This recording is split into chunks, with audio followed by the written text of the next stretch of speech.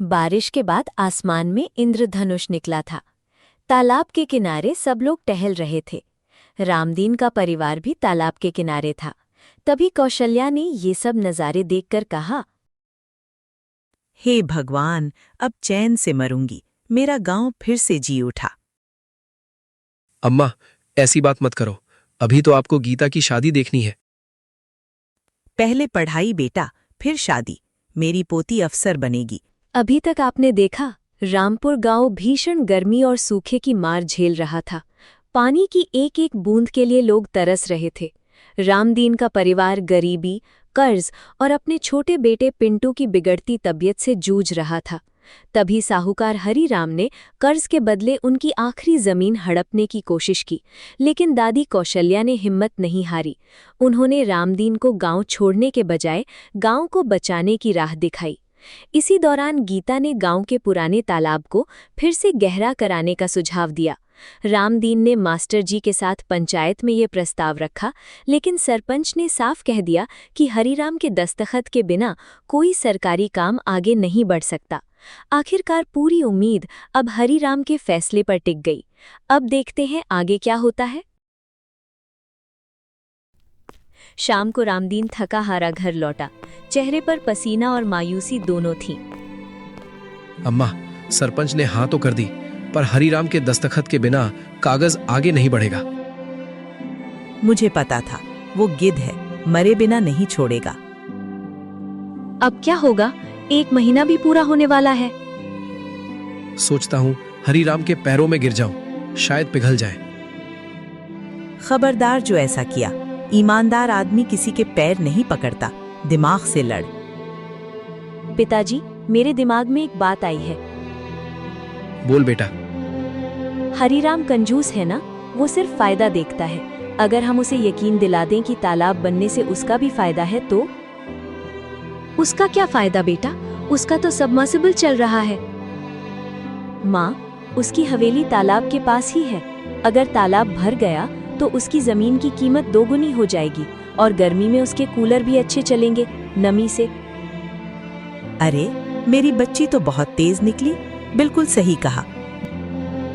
पर ये बात उसे कौन समझाएगा? मैं गया तो वो दुत्कार देगा।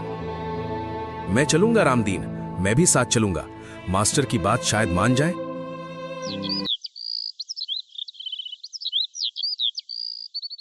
अगले दिन मास्टर जी और रामदीन हरिराम की हवेली पहुंचे। अंदर एसी की ठंडी हवा आ रही थी। हरिराम सोफे पर बैठा आम खा रहा था। आओ मास्टर जी, कहो कैसे आना हुआ? और ये रामदीन जमीन के कागज ले आया क्या? लाला जी, हम एक जरूरी बात करने आए हैं, गांव के भले की बात। गांव का भला?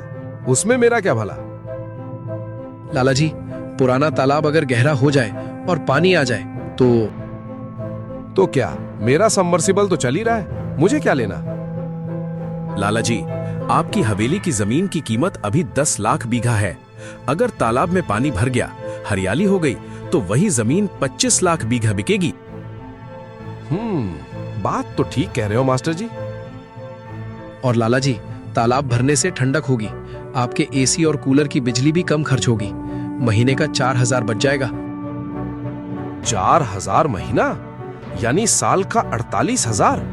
ये तो बढ़िया सौदा है, पर इसमें मेरा खर्चा क्या है? बस आपके दस्तखत लाला जी, सरकारी काम है, मजदूरी सरकार देगी। दस्तखत कर दूंगा, पर एक शर्त है। कैसी शर्त लाला जी? तालाब की खुदाई का ठेका मेरे भतीजे को मिलेगा। मशीन उसकी लगेगी, सरकार से जो पैसा आएगा वो उसे मिलेगा। पर लाला जी, मनरेगा में तो गांव के मजदूरों को काम मिलता है। तो मेरा क्या फायदा? मैं दस्तखत करूं और फायदा पूरा गांव उठाए? ना बाबा ना। लाला जी, कुछ तो गांव के बारे में सोचिए। सोचता हूं मास्टर जी, तभी तो कह रहा हूं। मेरा भतीजा 20 आदमी लगाएगा, आधे मशीन से आधे हाथ से। मजदूरी भी मिलेगी। लेना है तो लो, वरना मेरा दरवाजा खुला है। रामदीन और मास्टर जी भारी मन से घर पे आए। मास्टर जी, ये तो उल्टा हमसे ही चाल चल गया। हाँ रामदीन, पर अब तीर कमान से निकल चुका है। अगर मना किया तो वो दस्तखत भी नहीं करेगा, और अगर हाँ की तो आधा पैसा वो खा जाएगा। तो अब क्या करें? पिताजी मान जाओ, आधा काम हो तो भी ठीक है, पूरा तो फिर भी नहीं हो रहा था। गीता ठीक कह रही है, बंद मुट्ठी से खुली मुट्ठी लाख गुना बेहतर है। ठीक है, जाकर बोल देता हूँ कि मंजूर है, पर अम्मा मन नहीं मान रहा। बेटा, जंग में कभी कभी पीछे हटना भी जीत होती है। जा दस्तखत करा ले।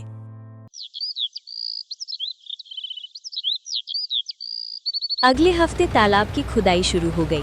हरिराम का भतीजा बंटी 2 जेसीबी और 10 मजदूर लेकर आया था। बाकी 10 मजदूर गांव के थे, जिनमें रामदीन भी था। सुनो सब लोग, काम तेज करो। दिन भर में 100 फीट खोदना है। जो सुस्ती करेगा मजदूरी काट दूंगा। भैया, इतनी धूप में 100 फीट? आदमी है, मशीन नहीं। तो मशीन लगवा देता हूँ, पर फिर तुम्हारी जरूरत क्या है? चुपचाप काम करो। धूप सिर पर आग बरसा रही थी। गांव के मजदूर बार बार पानी पीने जाते। बंटी के आदमी छांव में बैठकर हुक्म चलाते। माँ जी, देखो तो, रामदीन को देखो, काला पड़ गया है धूप में। मर्द है बहू, मेहनत करेगा तभी घर चलेगा। दादी, मैं स्कूल से आते वक्त देख रही थी, बंटी भैया के आदमी मिट्टी कम निकाल रहे हैं और गप्पे ज्यादा मार रहे हैं। बेटा, चोर की दाढ़ी में तिनका, तू जरा नजर रख। शाम को मजदूरी के समय बवाल हो गया। रामदीन, तेरी आज की हाजिरी आधी लगेगी। तू 3 बार पानी पीने गया था। भैया, 45 डिग्री तापमान है, पानी नहीं पीऊंगा तो मर जाऊंगा। मर जाए, मुझे क्या? सरकार से मुझे पूरा पैसा मिलेगा, तुझे जितना दूं मेरी मर्जी। ये गलत है बंटी। मनरेगा में 8 घंटे काम और पूरी मजदूरी तय है। मास्टर जी, आप स्कूल पढ़ाओ, ठेकेदारी हम पर छोड़ दो। जाना है तो जाओ, वरना काम करो। सब मजदूर चुप हो गए। पेट की आग के आगे जुबान बंद थी। घर आकर रामदीन चारपाई पर गिर पड़ा। अम्मा, आज समझ आया कि गरीब की मेहनत भी बिकाऊ है। 250 रुपए के लिए खून जला दिया। आप मत जाओ, कल से हम कुछ और कर लेंगे। पिताजी, आप मत रो, मैं बड़ा होकर बंटी भैया को मारूंगा। चुप कर पिंटू, मारने से बात नहीं बनती, दिमाग से जीतते हैं। पिताजी, मुझे एक आइडिया आया है। अब क्या आइडिया बेटा? वो लोग बहुत चालाक हैं। पिताजी, कल से आप काम पर जाओ, पर साथ में मैं भी चलूंगी। तू वहां क्या करेगी? माँ, मैं 10वीं पास हूँ, हिसाब जानती हूँ। मैं लिखूंगी कि कौन कितना काम कर रहा है और फोन से फोटो भी खींचूंगी। शाबाश मेरी बच्ची, ये हुई ना बात। कलम तलवार से तेज होती है।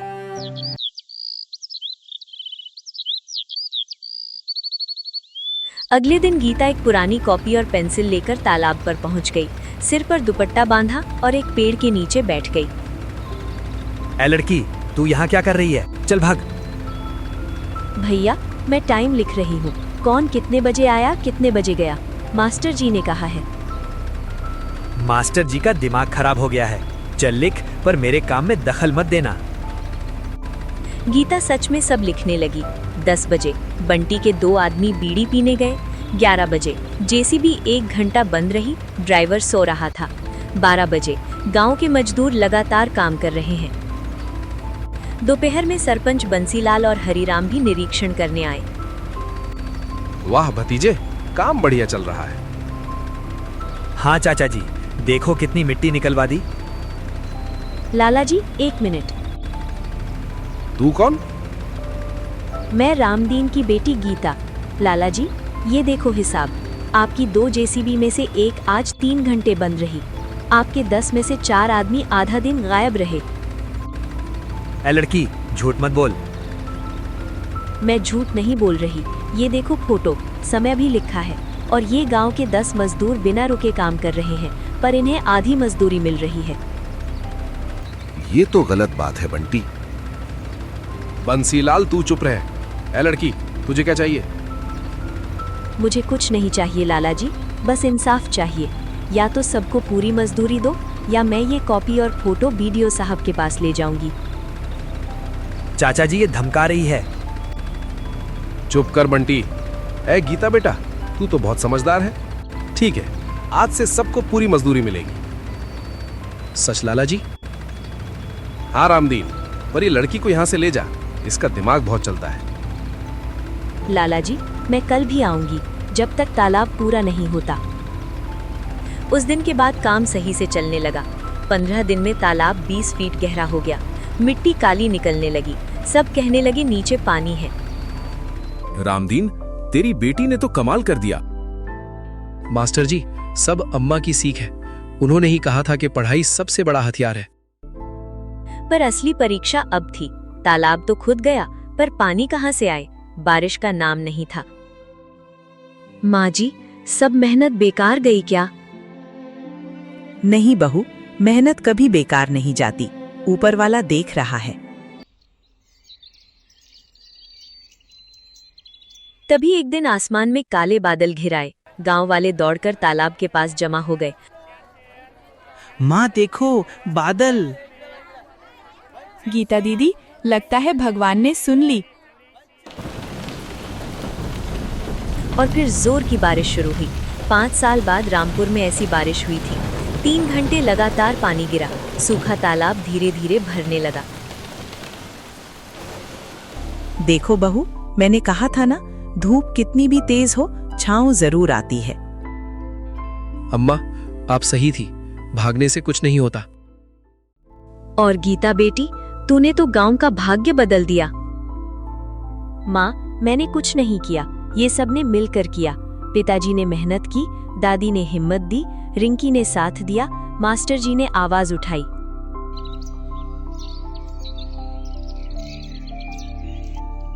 बारिश के बाद गांव का नजारा बदल गया। तालाब लबालब भर गया। हैंडपंप में फिर से पानी आ गया। पेड़ों पर हरियाली लौट आई। 1 महीने बाद पंचायत में फिर सभा हुई। इस बार हरिराम भी आया था। आज की सभा खास है। आज हम गीता बेटी को सम्मानित करेंगे। रुक बंसीलाल, पहले मैं कुछ बोलूंगा। सब चौंक गए। मैं मानता हूं कि मैं लालची था। मैंने सोचा सिर्फ अपने बारे में, पर इस लड़की ने मेरी आंखें खोल दी। तालाब भरने से सच में मेरी जमीन का भाव बढ़ गया और गर्मी भी कम लगती है अब। तो लाला जी, अब क्या इरादा है? इरादा यह है मास्टर जी कि रामदीन का सारा कर्जा माफ और गीता बेटी की आगे की पढ़ाई का खर्चा मैं उठाऊंगा। रामदीन, तू मेरा दोस्त है। दोस्त से माफी नहीं मांगते। बस इतना वादा कर कि ये तालाब सूखने नहीं दोगे। लाला जी, वादा रहा। मैं और मेरे दोस्त हर साल तालाब की सफाई करेंगे। देखो, गर्मी का कहर आखिर टूट गया, ईमानदारी, एकता और बुद्धिमानी से। माँ जी, आपने सही कहा था, रिश्ते मांगने से बनते हैं। आज पूरा गांव एक परिवार लग रहा है। काकी, अब मैं गीता दीदी से रोज पढ़ूंगी। दीदी, मैं भी बड़ा होकर तुम्हारी तरह बनूंगा। पिंटू, तू मुझसे भी बड़ा बनेगा। बस पढ़ना मत छोड़ना।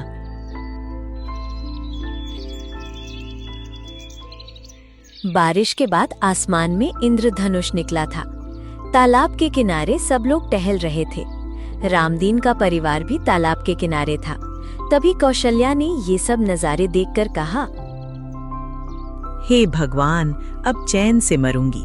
मेरा गांव फिर से जी उठा। अम्मा, ऐसी बात मत करो। अभी तो आपको गीता की शादी देखनी है। पहले पढ़ाई बेटा, फिर शादी।